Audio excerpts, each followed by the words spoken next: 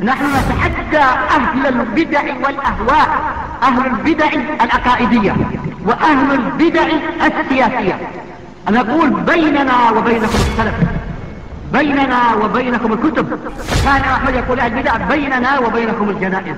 إن الحمد لله نحمده ونستعينه ونستغفره ونعوذ بالله من شرور أنفسنا ومن سيئات أعمالنا، من يهده الله فلا مضل له ومن يضلل فلا هادي له، وأشهد أن لا إله إلا الله وحده لا شريك له، وأشهد أن محمدا عبده ورسوله. يا أيها الذين آمنوا اتقوا الله حق تقاته ولا تموتن إلا وأنتم مسلمون. يا أيها الناس اتقوا ربكم الذي خلقكم من نفس واحدة وخلق منها زوجها وبث منهما رجالا كثيرا ونساء، واتقوا الله الذي تساءلون به والأرحام إن الله كان عليكم رقيبا. يا أيها الذين آمنوا اتقوا الله وقولوا قولا سديدا يصلح لكم أعمالكم ويغفر لكم ذنوبكم، ومن يطع الله ورسوله فقد فاز فوزا عظيما. فإن أصدق الحديث كتاب الله، وأحسن الهدي هدي محمد صلى الله عليه وسلم، وشر الأمور محدثاتها، فإن كل محدثة بدعة وكل بدعة ضلالة وكل ضلالة في النار. أما بعد، کشف الشبہات یہ کتاب جس کے مؤلف ہیں الامام المجدد شیخ الاسلام محمد بن عبد الوہاب رحمہ اللہ تعالی. پچھلے درس میں جو ہم پڑھے ہیں اس میں شیخ رحمہ اللہ جو مشرکین کے مفصل شبہات ہیں اس کا مفصل جواب کا سلسلہ شروع کیے ہیں، اور اس کے تعلق سے 2 شبہات ہم پڑھ چکے ہیں، اور اس کا جواب کس طریقے سے دینا ہے وہ بھی ہم پڑھے تھے پچھلے درس میں. اور آج انشاءاللہ تیسرا شبہہ ہے. اس سے یہ 3 شبہات کا ایک مجموعہ ہے، تو اگر آج ہم اس کو پڑھ سکیں گے تو یہ مجموعہ 3 شبہات کا مجموعہ اور اس کا جواب یہ مکمل ہو جائے گا باذن اللہ تعالی. اور پچھلے درس میں ولی کے تعلق سے ایک حدیث کا ذکر کیا گیا تھا، حدیث قدسی ہے، اور اس حدیث کو ہم پڑھے تھے اور اس کے معنی بھی ہم سمجھے تھے. تو سب سے پہلے اس حدیث سے ہمیں یہ پتہ چلتا ہے کہ اللہ کا ولی جو ہے وہ اللہ کی فرما برداری کرتا ہے، جو اس پر واجب کیا گیا ہے اس کو ادا کرتا ہے، اور جس چیز سے اس کو روکا گیا ہے وہ اس سے رک جاتا ہے. پھر فرائض میں پورا اہتمام کرتا ہے، جو بھی اللہ سبحانہ وتعالیٰ نے اس پر فرض کیا ہے اس کو وہ ادا کرتا ہے، کوئی بھی عمل اس سے چھوٹتا نہیں ہے، اور جس چیز سے اسے روکا گیا ہے اسے تو رکتا ہے لیکن اس کے ساتھ نوافل بھی کرتا ہے، فرائض ادا کرتا ہے اور نوافل بھی ادا کرتا ہے. اور جس طریقے سے حدیث کے الفاظ میں یہ بیان ہوا ہے کہ بندہ جتنا نوافل زیادہ کرتا ہے وہ اتنا اللہ کے قریب جانے لگتا ہے. تو اللہ سبحانہ وتعالیٰ کی قربت حاصل کرنے کے لیے فرض تو ضروری ہے، فرض کے ساتھ نوافل بھی ضروری ہے. اور یہ بات بھی ذکر کی گئی تھی کہ جو لوگ ولایت کا دعویٰ کرتے ہیں، جھوٹا دعویٰ کرتے ہیں، شرک بدعات خرافات میں مبتلا ہیں، لیکن اس کے باوجود ولایات کا دعویٰ کرتے ہیں، جھوٹا دعویٰ کرتے ہیں، وہ ان سے دور ہیں، یعنی کہ فرائض اور نوافل سے دور ہیں. نوافل تو دور کی بات ہے، واجبات بھی ادا نہیں کرتے ہیں. تو اسی ضمن میں ایک آیت ہمیں جاننا ضروری ہے. وہ آیت ہے سورۃ فاطر کی. سورۃ فاطر کی آیت ہے 32ویں آیت ہے. اس میں یہ کہا گیا ہے کہ ثم اورثنا الکتاب الذین اصطفینا من عبادنا فمنهم ظالم لنفسه ومنهم مقتصد ومنهم سابق بالخيرات بإذن الله ذلك هو الفضل الكبير. آپ نوٹ کیجئے، فاتر 32ویں آیت ہے۔ اس آیت میں 3 قسم کے لوگوں کا ذکر کیا گیا ہے۔ اس آیت میں کئی فوائد ہیں، آپ چاہیں تو اس کی تفاسیر میں آپ پڑھ سکتے ہیں۔ سب سے پہلے تو یہ آیت ان کا رد ہے جو کہتے ہیں کہ کبیرہ گناہ کرنے والا کافر ہو جاتا ہے، یعنی کہ خوارج یہ مانتے ہیں کہ اگر کوئی مسلمان کبیرہ گناہ کرتا ہے تو وہ کافر ہو جاتا ہے، اس کا خون حلال ہو جاتا ہے۔ تو اس لیے آپ دیکھتے ہیں کہ یہ لوگ بے جھجک آ کے مسلمانوں کو مار کے چلے جاتے ہیں۔ سبحان اللہ، جیسا عثمان کو مارے رضی اللہ عنہ، جس طریقے سے علی رضی اللہ عنہ کو مارے، ان کو شہید کیے، تو یہ ویسے کرتے ہیں۔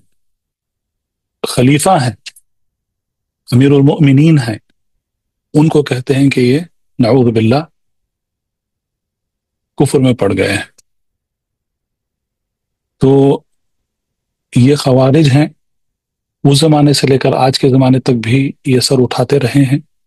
جیسا رسول اللہ صلی اللہ علیہ وسلم نے کہا کہ ہر زمانے میں سر اٹھائیں گے، اور جس طریقے سے ایک جانور کی سینگ بڑھتی ہے، سینگ کو کاٹ دیا جاتا ہے لیکن پھر وہ سینگ بڑھ جاتی ہے، تو یہ ایسے ہی سر اٹھاتے رہیں گے۔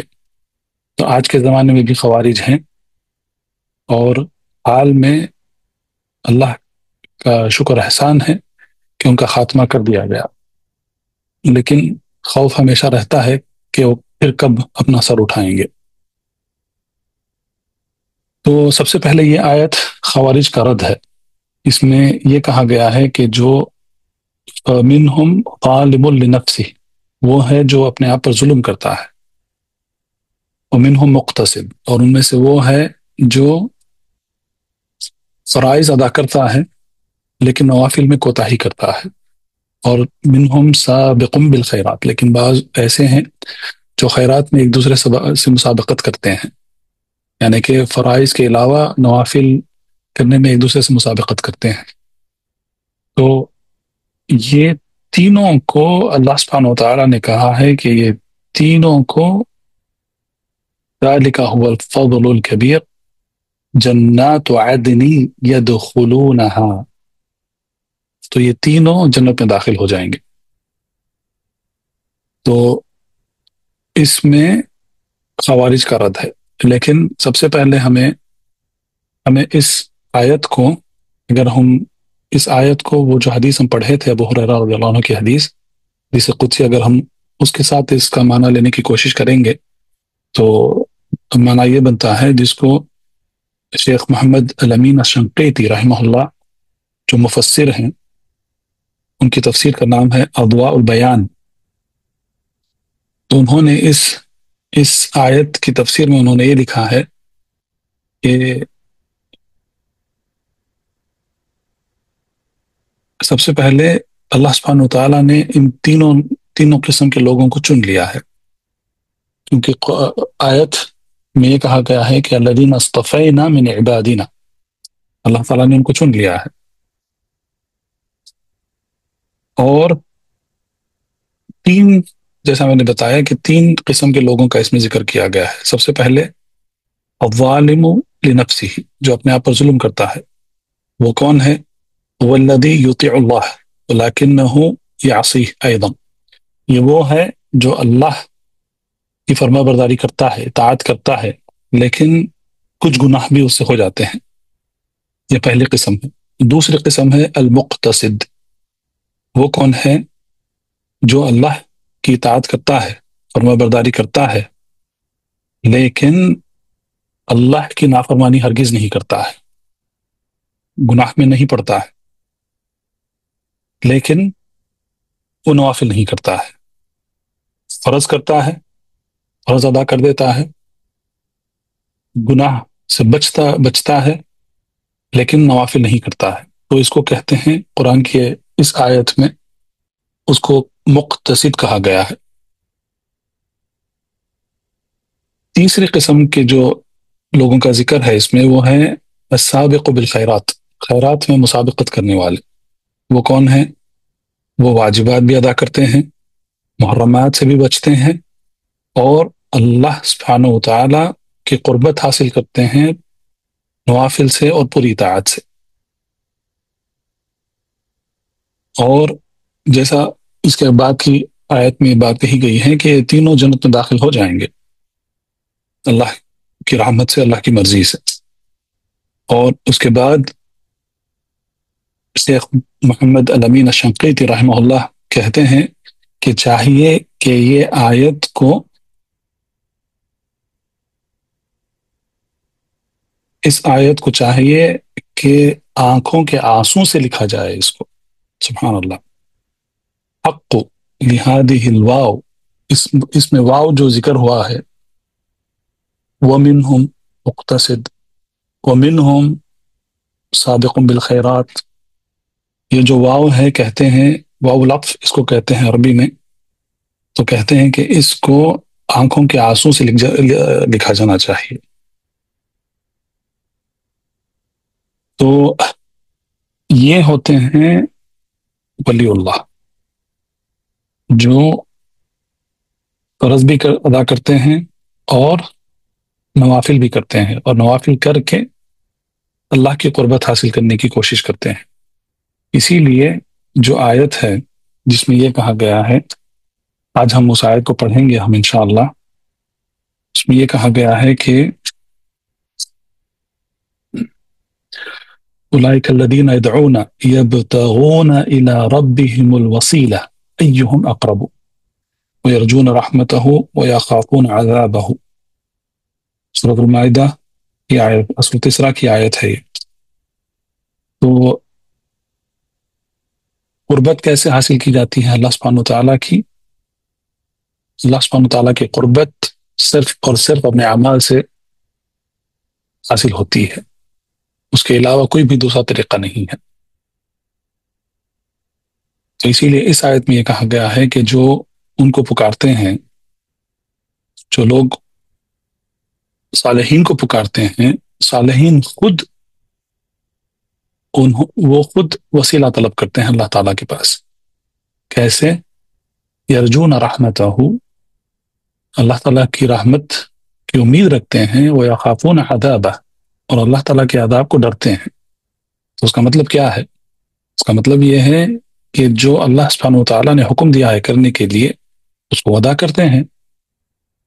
یہ جو جھوٹے ہیں، جو واجبات بھی ادا نہیں کرتے ہیں، یہ ویسے نہیں ہیں. سبحان اللہ. ان میں اور ان میں کوئی کسی قسم کی مشابہت نہیں ہے، نعوذ باللہ. تو کیسے یہ لوگ دعویٰ کر سکتے ہیں کہ ان کے پاس ولایت ہے؟ کیسے وہ ولی ہو گئے؟ نعوذ باللہ. اور جو دعویٰ کرتا ہے کہ میں ولی ہوں، یہ تو اور خطرناک معاملہ ہے، جبکہ اللہ سبحانہ وتعالیٰ نے قرآن میں کہا ہے کہ وَلَا تُزَكُّوا أَنفُسَكُمْ، کہ اپنے آپ کا تزکیہ مت کرو. تو اللہ تعالیٰ نے اس سے بھی روکا ہے اللہ سبحانہ وتعالیٰ نے قرآن میں. تو سبحان اللہ. تو ولی کون ہے، ولایت کیا ہے، یہ سب جاننے کے لیے ہمیں قرآن اور حدیث کا مطالعہ کرنا ضروری ہے، اور اس کو اہل العلم کے اقوال سے لینا ہمیں ان پر واجب بنتا ہے. تو یہ اس کے تعلق سے تھا، ولی کے تعلق سے اور اعمال کے تعلق سے، کیونکہ یہ سب جو ہیں یہ سب ایک دوسرے سے جڑے ہوئے ہیں. ایک اور بات جو گزری ہے کہ پہلا جو شبہ جو مشرک پیش کرتے ہیں، پہلا ہیلا جو پیش کرتے ہیں، وہ کہتے ہیں کہ ان اولیاء اللہ لا خوف علیہم ولا هم يحزنون، کہ اللہ کے اولیاء ہیں، نہ ان کو خوف ہے اور نہ وہ حزن کریں گے.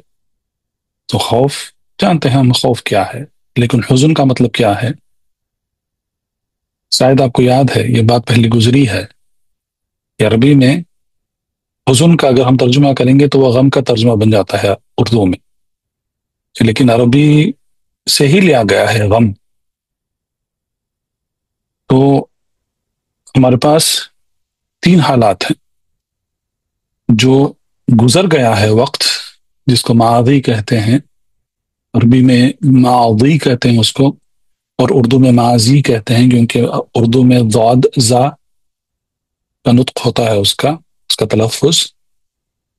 تو ماضی میں جو ہو گیا ہے اس کے تعلق سے جو غم ہوتا ہے وہ اس کو حزن کہتے ہیں، اور حال میں اب جو ہو رہا ہے اس کو غم کہتے ہیں، اور آنے والے وقت میں مستقبل میں جو غم ہوتا ہے اسے ہم کہتے ہیں. اگر آپ عربی زبان میں جو حروف ہیں اس کی ترتیب دیکھیں گے تو سب سے پہلے ہا آتا ہے، الف با تا ثا ہا، جیم ہا خا، تو ہا پہلے آتا ہے، اس کے بعد غین آتا ہے، اس کے بعد ہا آتا ہے. تو اسی ترتیب کے حساب سے ہا جو ہے یہ ماضی کے لیے ہے، گزرے ہوئے زمانے کے لیے ہے، اور غم جو ہے وہ اب کے لیے ہے، اور ہا جو آخر میں آتا ہے حروف کی ترتیب کے اعتبار سے وہ آنے والے مستقبل، آنے والے زمانے کے تعلق سے ہے. تو یہ 3 الگ قسم کے غم ہوتے ہیں. تو حزن یہاں پر کہا گیا ہے، تو حزن جو وقت گزر گیا ہے دنیا میں اس کے تعلق سے ہے. تو خوف جو آنے والا ہے اس کے تعلق سے ہے یہاں پر اس آیت میں. اسی طریقے سے مفسرین نے اس آیت کا معنی بیان کیا ہے کہ لا خوف علیہم ولا هم يحزنون کا مطلب یہ ہے کہ جو آنے والا جو وقت ہے ان کا حساب کتاب جو ہوگا اور ان کو جو دیا جائے گا آخرت میں، اس کے تعلق سے ان پر کوئی خوف نہیں رہے گا، یعنی مستقبل کے لیے ہے. اور جو دنیا میں کر کے آئے ہیں، جو گزرا ہوا زمانہ ہے کہ کوئی شخص اگر چاہے بھی تو وہ واپس نہیں جا سکتا ہے، تو یہ حزن ہے. تو یہ پہلے اس کا معنی ہے. دوسرا، جہاں پر بھی لا خوف علیہم ولا هم يحزنون یہ کئی مرتبہ آتی ہے آیت، میرے خیال سے تقریباً 40 مرتبہ آتی ہے قرآن میں یہ آیت ہے، لا خوف علیہم ولا هم يحزنون، لا خوف علیہم ولا هم يحزنون. تو اس میں ہمیشہ یہی کہا جاتا ہے کہ وہ کون لوگ ہیں، کون ہیں جن کو نہ خوف رہے گا نہ ان کو حزن رہے گا. تو ہمیشہ ہم یہی دیکھتے ہیں قرآن کے آیات جہاں پر بھی یہ آیت ذکر کی گئی ہے، ہمیشہ یہی کہا جاتا ہے کہ وہ لوگ ہیں جو ایمان لائے ہیں سب سے پہلے، یا وہ لوگ ہیں جو انہوں نے عمل کیا ہے، عمل صالح کیا ہے دنیا میں، یا وہ لوگ ہیں جنہوں نے تقوی اختیار کیا ہے، یا وہ لوگ ہیں جنہوں نے مثلا سورۃ بقرہ کی آیت ہے انہوں نے صدقہ دیا ہے، انہوں نے اللہ کے لیے. یہاں تک کہ جو اہل الکتاب ہیں، یہود، نصارہ، یہ بھی اگر ان کے تعلق سے بھی یہی آیت کا حوالہ دیا گیا ہے کہ اگر وہ جنہوں نے اسلام قبول کر لیا، نبی کریم صلی اللہ علیہ وسلم پر ایمان لائے، تو ان پر بھی نہ خوف ہے نہ حزن ہے. تو ساری جو آیتیں ہیں، خود یہ آیت جو سورۃ یونس کی جو آیت ہے، آیت نمبر 32، آیت نمبر 62ویں آیت ہے، یعنی 60 پر 2 آیت ہے کہ جو مشرک یہ آیت کا حوالہ ہمیشہ دیتے ہیں کہ الا ان اولیاء اللہ لا خوف علیہم ولا هم يحزنون. اگر اس آیت کا ہم اس کے بعد والی آیت کا اگر ہم مطالعہ کریں گے تو اس میں کیا کہا گیا ہے؟ اس میں یہ کون تھے جن کے اوپر نہ خوف ہے اور نہ وہ حزن محسوس کریں گے. اس کے بعد والی آیت میں یہی کہا گیا ہے کہ الذین آمنوا وکانوا یتقون، یہ وہ لوگ ہیں جنہوں نے جو ایمان لائے ہیں، آمنوا وکانوا یتقون، اور یہ وہ ہیں جو اللہ سبحانہ تعالیٰ کا تقوی اختیار کرنے والے تھے. تو یہاں پر اگر آپ دیکھیں تو ایک ہی آیت میں ایمان کا بھی ذکر ہوا ہے اور تقوی کا بھی ذکر ہوا ہے، الذین آمنوا وکانوا یتقون. تو مفسرین کہتے ہیں کہ ایمان یہاں پر جو لفظ، ہم پہلے یہ قاعدہ آپ کو یاد ہے، آپ شاید ہم نے اصول ثلاثہ میں اس کو پڑھا تھا کہ ایمان، اسلام، احسان اگر ایک ہی آیت میں یا اگر ایک ہی حدیث میں اگر اس کو ذکر کیا جائے گا تو ہر کلمہ اپنا الگ الگ معنی لے کے جائے گا. لیکن اگر صرف ایک آیت میں یا ایک حدیث میں صرف ایمان یا اسلام یا احسان ذکر ہوا ہے تو اس میں تینوں شامل ہو جاتے ہیں. تو یہ قاعدہ ہے یہ تفسیر کا قاعدہ ہے کہ آپ کہہ سکتے ہیں کہ عربی کا قاعدہ ہے یہ. تو یہاں پر اس آیت میں الذین آمنوا، جو لوگ ایمان لائے ہیں، وہ ایمان کا بھی ذکر ہوا ہے. وکانوا یتقون، اور وہ تقوی اختیار کرنے والے تھے. تو یہ دونوں لفظ یہاں پر استعمال ہوئے ہیں ایک ہی آیت میں. تو اسی لیے مفسرین کہتے ہیں کہ ایمان کا مطلب ہے یہاں پر کہ جو اللہ سبحانہ و تعالیٰ نے حکم دیا تھا کرنے کے لیے انہوں نے وہ کیا. تو یہاں پر ایمان سے مراد عمل بھی ہے. تو یہ آیت ان پر رد ہے جو کہتے ہیں کہ ایمان صرف اعتقاد ہے یا تصدیق ہے. ایمان، ہمارا عقیدہ یہ ہے، اہل السنہ والجماعت کا عقیدہ یہ ہے کہ ایمان اعتقاد ہے، قول ہے اور عمل ہے. تو یہاں پر الذین آمنوا کا مطلب یہ ہے کہ جو لوگوں نے وہ عمل کیا جس کا انہیں حکم دیا گیا تھا. الذین آمنوا وکانوا یتقون، تو تقوی یہاں پر جو لفظ استعمال ہوا ہے اس آیت میں، تو اس سے مراد واللہ عالم، اس سے مراد یہ ہے، یہ مفسرین یہی کہتے ہیں، اہل العلم یہی ذکر کرتے ہیں کہ تقوی کا مطلب ہے یہاں پر کہ جس سے روکا گیا ہے وہ اس سے رک جاتے ہیں. تو امر، اوامر، یعنی کہ جو حکم دیا گیا ہے کرنے کے لیے وہ کرتے ہیں. الذین آمنوا وکانوا یتقون، اور جس چیز سے انہیں روکا گیا تھا وہ چیز سے وہ رک جایا کرتے تھے. تو یہی وہ لوگ ہیں جن کے اوپر نہ خوف رہے گا نہ وہ حزن محسوس کریں گے. تو یا سبحان اللہ. تو ہر ایک آیت میں 40 مرتبہ، تقریباً 40 مرتبہ آپ کہہ سکتے ہیں، تقریباً 40 جگہ قرآن میں یہی بات کہی گئی ہے کہ کون ہے وہ جو نہ خوف محسوس کریں گے نہ ان کو حزن ہوگا. وہی ہیں جنہوں نے عمل کیا ہے. اس کا خلاصہ یہی ہے، اہل کتاب جو ایمان لائے اور انہوں نے عمل کیا، مسلمان جنہوں نے ایمان لایا، جنہوں نے عمل کیا، عمل صالح کیا، جو بھی اللہ سبحانہ وتعالیٰ نے حکم دیا وہ کیا، تو وہی ہیں جو اس آیت سے مراد کیے جاتے ہیں. لا خوف علیہم ولا هم يحزنون. تو یہ جو شبہ پیش کرتے ہیں یہ لوگ کہ اولیاء کا چلتا ہے، نہ ان پر خوف ہوگا نہ حزن ہوگا. نعم، یہ اولیاء کے لیے ہے، لیکن اولیاء کون ہے یہ کون جانتا ہے؟ کون کہہ سکتا ہے کہ فلاں ولی ہے؟ اس کا مطلب یہ ہے کہ اگر کوئی یہ دعویٰ کرتا ہے کہ یہ کوئی کہے کہ یہ ولی ہے، تو اس کا مطلب یہ ہے کہ وہ اسے جنت میں داخل ہونے کی بشارت دے رہا ہے. یہ کوئی نہیں کر سکتا ہے. اہل السنہ والجماعت کا عقیدہ یہ ہے کہ جو نیک صالح لوگ ہیں جن کو ہم دیکھا کرتے ہیں یا ہم دیکھا کرتے تھے، تو ہم یہ امید رکھتے ہیں کہ وہ جنت میں داخل ہوں گے. کیونکہ جنت میں کون جائے گا یہ صرف اللہ سبحانہ وتعالیٰ جانتے ہیں. یا نبی کریم صلی اللہ علیہ وسلم جنہوں نے بشارت دے دی تھی بعض صحابہ کو کہ یہ جنتی ہیں، جنت میں داخل ہونے والے ہیں، اور یہ بھی وہی کے ذریعے تھا. تو اس کے بعد کوئی نہیں کہہ سکتا ہے کہ فلاں جنت میں داخل ہو جائے. کوئی الزام نہیں کر سکتا ہے کہ فلاں جنت میں داخل ہو جائے گا. یہ ہمارے عقیدے کے خلاف ہے. لیکن جو نیک صالح لوگ ہیں، ہم یہ امید رکھتے ہیں کہ انشاءاللہ یہ جنت میں داخل ہو جائیں گے. اور جو گنہگار ہیں، ہم یہ کہتے ہیں، ہم ہرگز نہیں کہیں گے کہ یہ جہنمی ہے. ہم یہ کہیں گے کہ ہمیں امید ہے کہ اس کو توبہ نصیب ہو جائے گی اور یہ توبہ کر لے گا اور اللہ سبحانہ وتعالیٰ اس کو معاف کر دیں گے. تو کوئی بھی الزام نہیں کر سکتا ہے. یہ اہل سنہ والجماعت، یہ ہمارے سلف کا عقیدہ ہے کہ وہ الزام نہیں کرتے ہیں کہ فلاں جنتی ہے یا فلاں جہنمی ہے، نعوذ باللہ. تو یہ تھا اس کے متعلق لا خوف علیہم ولا هم يحزنون. تو ولی کون ہے جن کے اوپر نہ خوف ہے نہ وہ حزن محسوس کریں گے. جی، تو یہ اس کے متعلق تھا. اور آگے بڑھنے سے پہلے میں یہ بھی ضروری سمجھتا ہوں کہ ہم جو 2 شبہ جو ہم پڑھ چکے ہیں پچھلے درس میں، اس کا خلاصہ بھی ہم ایک بار دیکھ لیں. تو سب سے پہلے جو شبہ ہے کہ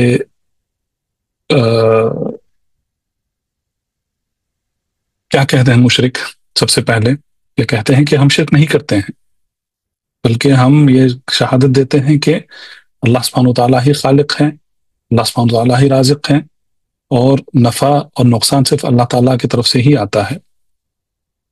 لیکن اس کے بعد کیا کہتے ہیں؟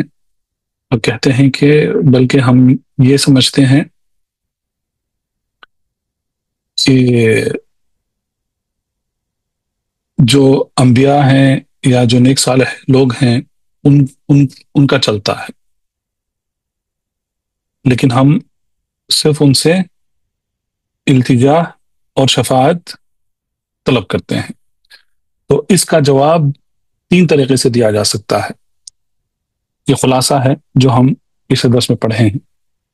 تو سب سے پہلا جو خلاصہ ہے، سب سے پہلے جو جواب ہے وہ یہ ہے کہ یہ قول نبی کریم صلی اللہ علیہ وسلم کے زمانے کے جو مشرکین تھے ان کا قول ہے. یہ وہی قول ہے، وہ بھی یہی کہا کرتے تھے. دوسرا کہ جو اللہ کے نیک بندے ہیں، نیک صالح لوگ ہیں، انبیاء ہیں، ان کا اللہ کے پاس چلتا ہے، یہ اس کا کوئی انکار نہیں کرتے ہیں.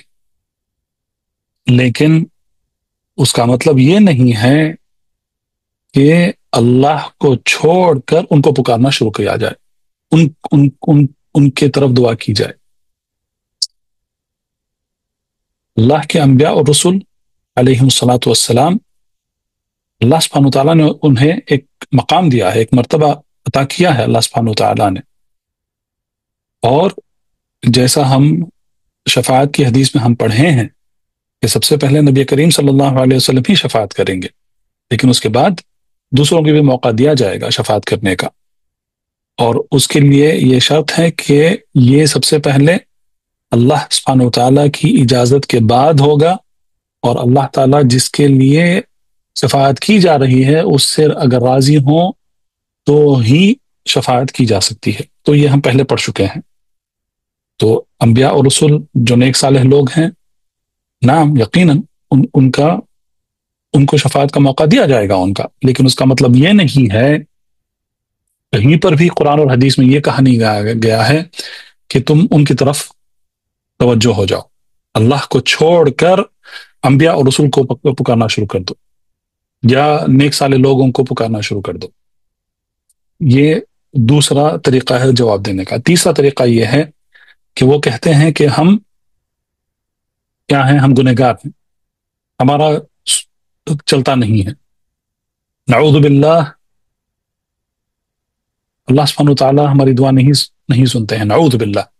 یا اس دعا یہ اللہ سبحانہ وتعالیٰ کے ساتھ سوء ظن ہے، یعنی کہ بدگمانی ہے اللہ سبحانہ وتعالیٰ کے ساتھ.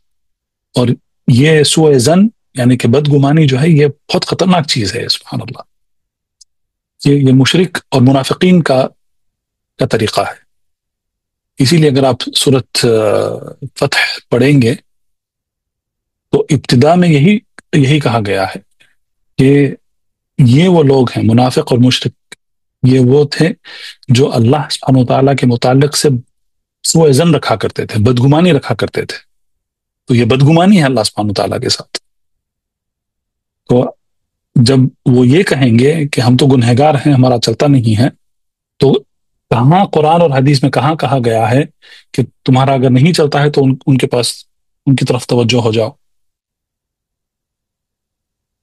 انبیاء اور رسول کی طرف توجہ ہو جاؤ، یا نیک صالح لوگوں کی طرف توجہ ہو جاؤ، یا ملائکہ کی طرف توجہ ہو جاؤ؟ یہ کہاں کہا گیا ہے؟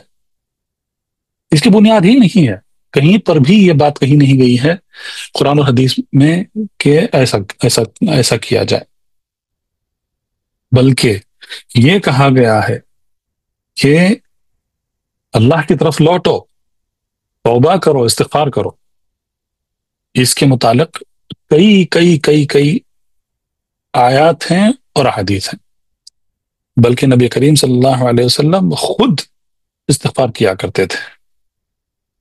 حدیث میں آتا ہے کہ 70 سے زیادہ مرتبہ آپ صلی اللہ علیہ وسلم دن میں استغفار کیا کرتے تھے. ایک حدیث میں آیا ہے کہ 100 سے زیادہ بھی نبی کریم صلی اللہ علیہ وسلم استغفار کیا کرتے تھے. لیکن خلاصہ یہ ہے کہ بہت زیادہ استغفار کیا کرتے تھے رسول اللہ صلی اللہ علیہ وسلم. اور ہمیں بھی وہی کو حکم دیا گیا ہے. ہم صبح شام کیوں اذکار الصباح والمساء میں کیوں ہم سید الاستغفار پڑھتے ہیں؟ کیوں یہ دعا سکھائی گئی ہے؟ کیوں ہم جب سواری پہ چڑھتے ہیں تو استغفار کرتے ہیں؟ کیوں ہم بیت الخلاء سے نکلتے ہیں تو استغفار کرتے ہیں؟ کیوں ہم وضو بناتے ہیں تو استغفار کرتے ہیں؟ کیوں ہم نماز پڑھنے کے بعد ہم استغفار کرتے ہیں؟ تو یہ سب کہاں سے لیا گیا ہے؟ یہ سب حدیث سے ہی لیا گیا ہے، قرآن اور حدیث سے ہی لیا گیا ہے۔ تو جو گنہگار ہے اسے یہ حکم دیا گیا ہے کہ وہ استغفار کرے، توبہ کرے، اللہ سبحانہ و تعالیٰ کی طرف لوٹے۔ اسے کہیں بھی اس کو یہ نہیں کہا گیا ہے کہ تو گنہگار ہے، تیرا نہیں چلتا ہے تو ان کی طرف توجہ ہو جا، غیر اللہ کی طرف توجہ ہو جا۔ سبحان اللہ۔ تو جو لوگ یہ شبہات لاتے ہیں تو ان کی شبہات کا رد جواب ایک طریقے سے نہیں، کئی طریقوں سے ان کا جواب دیا جا سکتا ہے۔ تو یہ پہلے شبہ کے متعلق تھا۔ دوسرا جو شبہ تھا ان کا وہ یہ کہتے ہیں کہ جو آیات نازل ہوئے تھے، جو بھی آیات کا حوالہ دیے ہیں مؤلف رحمہ اللہ، جیسا کہ سورۃ یونس کی آیت ہے 30ویں آیت، قل من یرزقکم من السماء والارض الی آخرہ، تو یہ آیات کہتے ہیں کہ یہ تو جو بت پرست تھے ان کے تعلق سے نازل ہوئے تھے، اور ہم نے تفسیر میں یہ دیکھا تھا کہ نبی کریم صلی اللہ علیہ وسلم نے کس کا انکار کیا؟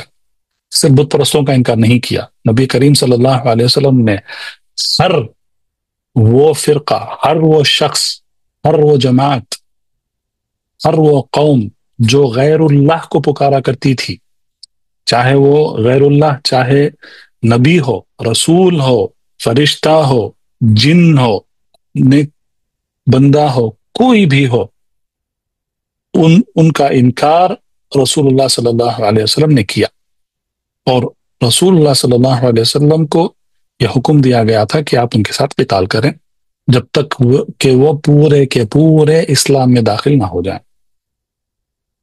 تو یہ دوسرا شبہ تھا۔ تو اب انشاءاللہ جو ان کا تیسرا شبہ ہے وہ پڑھیں گے۔ بسم اللہ۔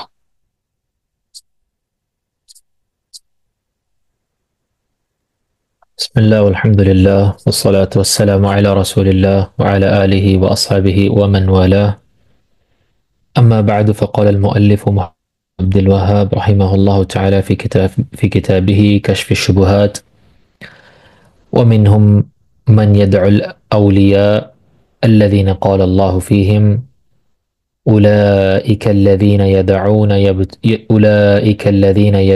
يبتغون إلى ربهم الوسيلة أيهم أقرب ويرجون رحمته ويخافون عذابه الآية۔ نعم، تو یہ آیت کا حوالہ کچھ دیر پہلے گزرا ہے۔ تو وہ اولیاء کو پکارا کرتے تھے۔ کون؟ جو مشرک تھے نبی کریم صلی اللہ علیہ وسلم زمانے میں، وہ اولیاء کو بھی پکارا کرتے تھے، صرف وہ بتوں کو نہیں پکارا کرتے تھے، لات عزا منات کو نہیں پکارا کرتے تھے، بلکہ اولیاء کو بھی پکارا کرتے تھے، یعنی کہ نیک صالح لوگوں کو بھی وہ پکارا کرتے تھے۔ اور ان کے متعلق یہ جو آیت ہے یہ سورۃ اسراء کی 57 یعنی کہ 50/7 نمبر 50/7 یہ آیت ہے۔ اور اس آیت کے معنی کا ترجمہ اس طریقے سے ہے کہ سب سے پہلے یہ آیت، پوری آیت کیا ہے؟ اولئک الذین یدعون یبتغون الی ربهم الوسیلة ایہم اقرب ویرجون رحمته ویخافون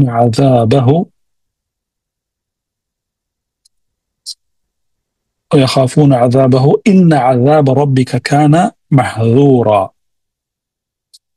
اور احسن البیان میں یہ کہا گیا ہے کہ جنہیں یہ لوگ پکارتے ہیں خود وہ اپنے رب کے تقرب کی جستجو میں رہتے ہیں کہ ان میں سے کون زیادہ قریب ہے اللہ سبحانہ وتعالیٰ کے، وہ خود اس کی رحمت کی امید رکھتے ہیں اور اللہ کے عذاب سے خوف زدہ رہتے ہیں۔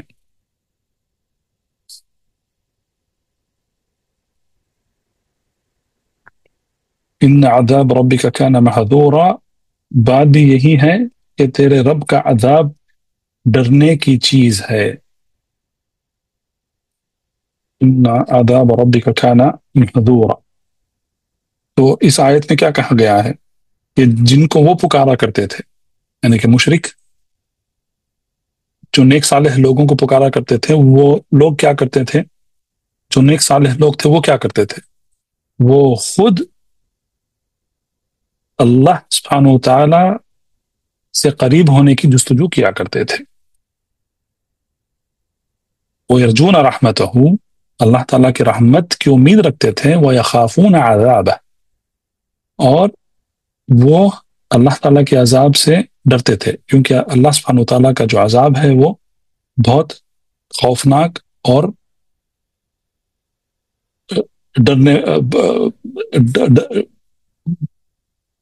ڈر جانے والا عذاب ہے۔ تو اس آیت میں ایک اور فائدہ یہ ہے کہ اس میں عبادت کے جو 3 ارکان ہیں اس کا ذکر یہاں پر بھی کیا گیا ہے۔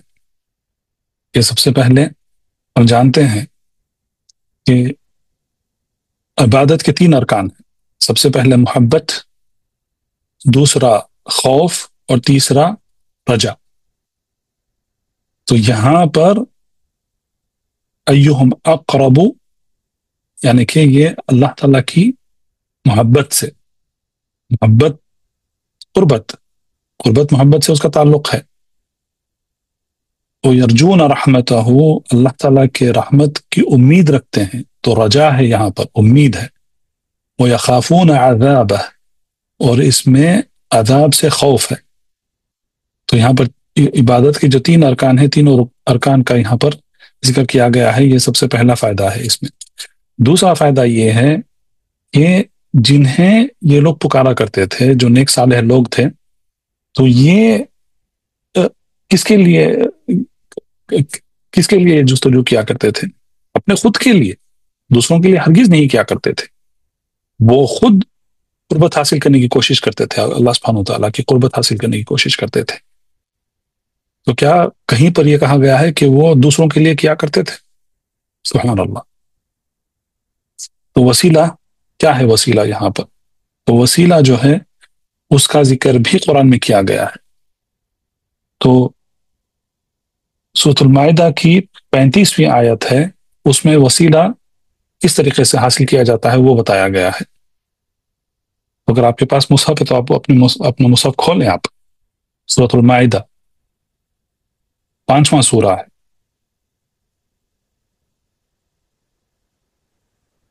اور 35ویں آیت ہے۔ آیت یہ ہے کہ الذین آمنوا، آیت یہ ہے کہ یا ایھا الذین آمنوا اتقوا اللہ وابتغوا الیہ الوسیلہ وجاہدوا فی سبیلہ لعلکم تفلحون۔ تو اللہ سبحانہ وتعالیٰ نے یہ یہاں پر حکم دیا ہے وسیلہ طلب کرنے کے لیے۔ اور اس احس البیان میں اس آیت کے معنی کا ترجمہ اس طریقے سے کیا گیا ہے کہ اے لوگوں جو ایمان لائے ہو، اللہ سے ڈرو، یعنی کہ اللہ کا تقوی اختیار کرو، اور اللہ تعالیٰ کے قریب ہونے کے وسائل تلاش کرو، اور اس کی راہ میں جہاد کرو تاکہ تمہارا بھلا ہو، یعنی کہ لعلکم تفلحون، تاکہ تم فلاح پاؤ، کامیابی پاؤ۔ تو یہاں پر یہ طریقہ بتایا گیا ہے کہ وسیلہ کس طریقے سے حاصل کیا جاتا ہے۔ تو کہیں پر بھی قرآن میں یا حدیث میں یہ کہا گیا ہے کہ وسیلہ غیر اللہ سے طلب کرو، نعوذ باللہ، تو وسیلہ طلب کرنے کا ایک ہی طریقہ ہے، وہ ہے جیسا کہ اس آیت میں بتایا گیا ہے، سورۃ المائدہ کی 35ویں آیت میں بتایا گیا ہے جاہدوا فی سبیلہ لعلکم تفلحون، کہ اللہ سبحانہ وتعالیٰ کی راہ میں جد و جہد کرو تاکہ تم کامیابی پا سکو۔ تو اگر آپ کو یاد ہے شاید اصول ثلاثہ کے درس میں ہم نے یہ پڑھا تھا کہ جہاد جو ہے اللہ کی راہ میں جد و جہد کرنے کا مطلب کہ 13 طریقے ہیں۔ اور اس میں سے سب سے پہلے 4 طریقے ہیں. سب سے پہلے علم حاصل کرنا، اس پر عمل کرنا، کیونکہ عمل کے بغیر علم حجت بن جاتا ہے، اس شخص کے خلاف حجت بن جاتا ہے. اگر علم حاصل کرتے ہو اور اس پر عمل نہیں کرتے ہو تو یہ بہت خطرناک بات ہے، بہت ہی خطرناک بات ہے، کیونکہ قیامت کے دن یہ علم اس شخص کے خلاف حجت بن جائے گا. علم حاصل کرنا ہے، عمل کرنا ہے، عمل کرنے کے بعد اس کی طرف دعوت دینا ہے، اس کی طرف دعوت دینے کے بعد اس پر صبر کرنا ہے. تو یہی پہلے 4 مراتب ہیں جد و جہد کرنے کے اللہ سبحانہ وتعالیٰ کی راہ میں. تو اگر آپ تصور کریں کہ جو عمل چھوڑ کے بیٹھے ہیں، کچھ بھی عمل نہیں کرتے ہیں، بس لوگوں کا مال لوٹتے ہیں، ان کی عزتیں لوٹتے ہیں، واقعی یہی ہوتا ہے، تو کیا یہ واقعی جد و جہد کر رہے ہیں جس طریقے سے اللہ سبحانہ وتعالیٰ کی راہ میں جد و جہد کرنے کا حق ہے؟ نعوذ باللہ و یا سبحان اللہ. تو یہ اس آیت کے متعلق ہے کہ اس میں دلیل یہ بھی ہے کہ اس زمانے کے مشرک نیک صالح لوگوں کو بھی پکارا کرتے تھے، اور نبی کریم صلی اللہ علیہ وسلم نے بتوں میں اور نیک صالح لوگوں کے درمیان جن کو پکارا کرتے تھے مشرکین، اس میں فرق نہیں کیا آپ صلی اللہ علیہ وسلم نے. تو یہ پہلی دلیل ہے. دوسری دلیل آئے گی عیسیٰ علیہ السلام اور ان کے والدہ مریم علیہ السلام کے متعلق. نعم. قال رحمه الله: ويدعون عيسى ابن مريم وأمه وقد قال الله تعالى: ما المسيح ابن مريم إلا رسول قد خلت من قبله الرسل وأمه صديقة كانا يأكلان الطعام انظر كيف نبين لهم الآيات ثم انظر أنا يؤفكون قل أتعبدون من دون الله ما لا يملك لكم ضرا ولا نفعا والله هو السميع العليم. یہ بھی 2 آیتیں ہیں. یہ سورۃ المائدہ کی آیتیں ہیں، اور اس آیت کا نمبر ہے 70 پر 5 اور 70 پر 6. اس آیت کا معنی کا ترجمہ یہ ہے کہ مسیح ابن مریم علیہ السلام نہیں ہے مگر ایک رسول، اس سے پہلے بھی بہت سے پیغمبر ہو چکے ہیں، اور عیسیٰ علیہ السلام کی والدہ ایک نہایت راست باز عورت تھی.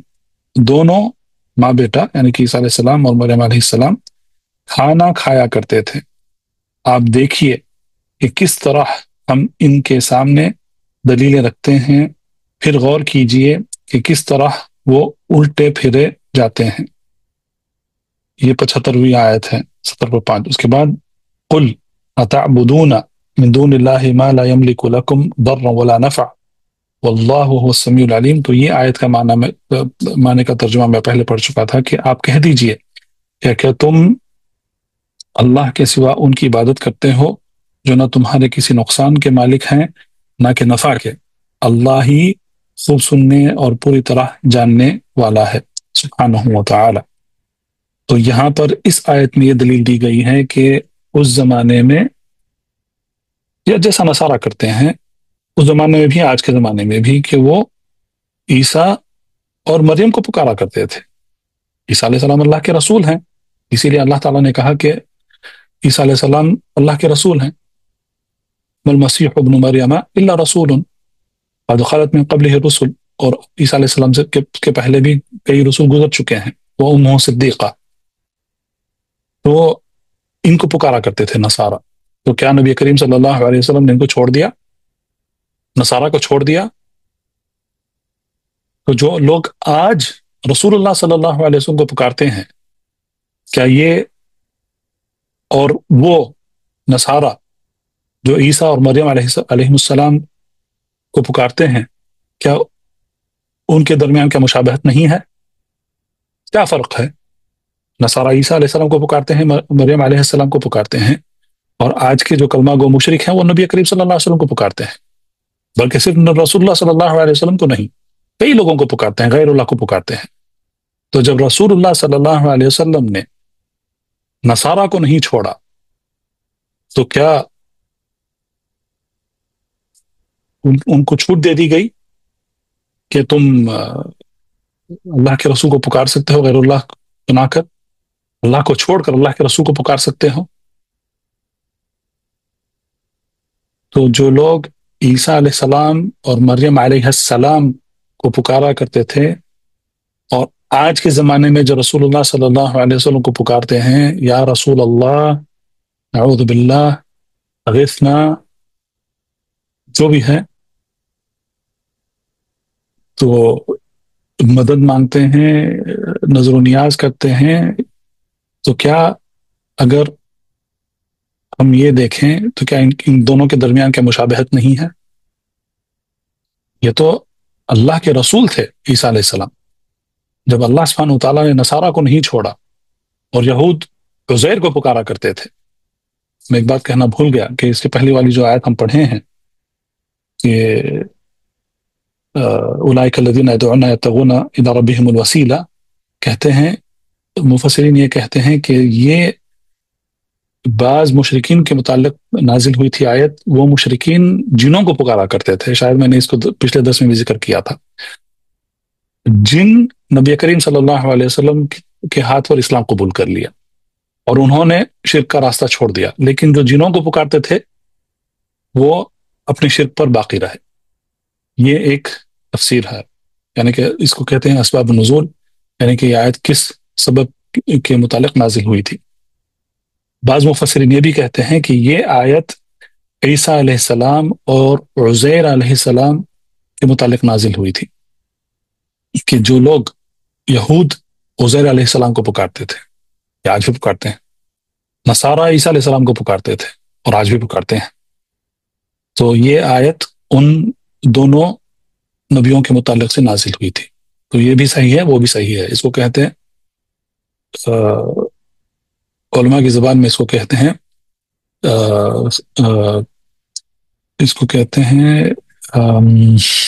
تنوع، یعنی یہ اختلاف نہیں ہے، بلکہ یہ بھی ایک سبب ہے اور یہ بھی ایک سبب ہے نازل ہونے کا، تو دونوں اپنی جگہ صحیح ہیں۔ تو دلیل یہ ہے کہ رسول اللہ صلی اللہ علیہ وسلم نے ان لوگوں کو نہیں چھوڑا جو عیسیٰ اور مریم علیہ السلام کو پکارا کرتے تھے، ان کو بھی مشرک ہی کہا، ان سے بھی قتال کیا، ان کو بھی دعوت دی۔ کیا ہم حدیث میں نہیں پڑھتے ہیں، سیرت میں ہم نے نہیں پڑھا ہے کہ روم ہرقل کو نبی کریم صلی اللہ علیہ وسلم اسلام قبول کرنے کی دعوت بھیجی، حبشہ کو بھیجا، نجاشی الحمدللہ اس نے وہ اسلام قبول کر لیا، لیکن ہرقل نے انکار کر دیا۔ تو یہ کیا یہ اہل کتاب نہیں تھے؟ تو کیوں ان کو دعوت دینے کی ضرورت پڑی اسلام کی؟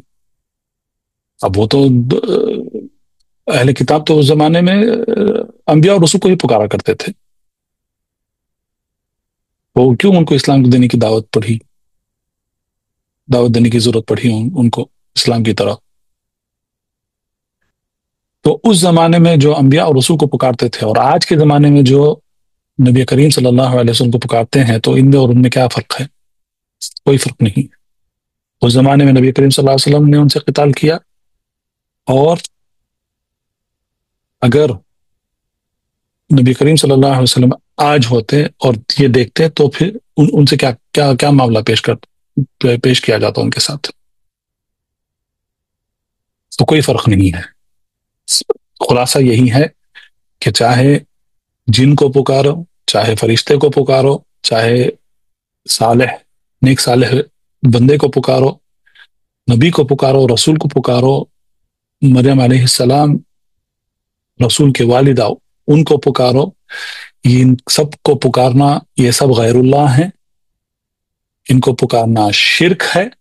نبی کریم صلی اللہ علیہ وسلم نے ان کے درمیان کوئی فرق نہیں کیا، سب کو اسلام کی دعوت دی، جنہوں نے اسلام قبول کیا ان کو سلامتی ملی، اور جنہوں نے اسلام نہیں قبول کیا ان کے ساتھ قتال کیا گیا۔ بس یہی اس شبہ کا جواب ہے۔ ایک اور فائدہ ہے اس آیت میں کہ بہت بہترین فائدہ مفسرین ذکر کرتے ہیں اس کے تعلق سے۔ اللہ سبحانہ وتعالیٰ کہتے ہیں کہ کان یأکلانی الطعام، یعنی کہ عیسیٰ علیہ السلام اور ان کے والدہ مریم علیہ السلام ایک کھانا کھایا کرتے تھے۔ کانا یأکلان الطعام۔ تو یہاں پر سبحان اللہ بعض مفسرین نے کہا ہے کہ اللہ سبحانہ وتعالیٰ کو کھانے کی ضرورت نہیں ہے، کیونکہ اللہ سبحانہ وتعالیٰ الاحد الصمد ہے۔ الصمد سورۃ الاخلاص میں جو آیت آتی ہے قل واللہ احد اللہ الصمد، الاحد الصمد، الصمد کے کئی معنی آتے ہیں عربی میں، اور بعض اہل العلم نے یہ بھی ذکر کیا ہے کہ صمد وہ ہے جس کو کھانے کی ضرورت نہیں پڑتی ہے، بلکہ صمد وہ ہے جس کو کسی کی ضرورت نہیں پڑتی ہے۔ تو اسی لیے کہتے ہیں کہ عیسیٰ علیہ السلام اور مریم علیہ السلام یہ کھانا کھایا کرتے تھے، تو جو کھانا جس کو کھانے کی ضرورت ہے وہ مخلوق ہے، ہرگز خالق کی برابری نہیں کر سکتے ہیں۔ رب وہ ہے جو رزق دیتا ہے، اور مخلوق وہ ہے جن کو رزق کی ضرورت ہے۔ تو یہ فائدہ ہے اس کا، کان یأکلانی الطعام۔ اس کے بعد قال رحمه الله واذكر له قوله تعالى ويوم يحشرهم جميعا ثم يقال للملائكة ويوم يحشرهم جميعا ثم يقول للملائكة أهؤلاء إياكم كانوا يعبدون قالوا سبحانك أنت ولينا من دونهم بل كانوا يعبدون الجن أكثرهم بهم مؤمنون۔ نعم، تو اس میں بھی کئی مسائل ہیں اس میں، اور ضروری مسائل ہیں جو آج جو ہم دیکھیں ہیں اور پچھلے درس میں ہم جو پڑھے ہیں اس کے متعلق ہے۔ اس کے لیے وقت چاہیے، تو اسی لیے ہم یہاں پر رکتے ہیں آج، اور انشاءاللہ اگلے ہفتے اس کو ختم کرنے کی کوشش کریں گے۔ وباللہ توفیق، صلی اللہ علی نبینا محمد وعلی آلہ وصحبہ وسلم۔ سبحانک اللہم وبحمدک، اشہد ان لا الہ الا انت، استغفرک واتوب الیک۔ اللہم اغفر لنا ولوالدینا وللمؤمنین والمؤمنات والمسلمین والمسلمات الاحیاء منهم والاموات انک سمیع قریب مجیب الدعوات، واللہ تعالی اعلی واعلم۔ صلی اللہ علی نبینا محمد وعلی آلہ وصحبہ وسلم۔ بارک اللہ فیکم اجمعین۔ السلام علیکم ورحمۃ اللہ وبرکاتہ۔ فاعلم انه لا اله الا الله واستغفر لذنبك وللمؤمنين والمؤمنات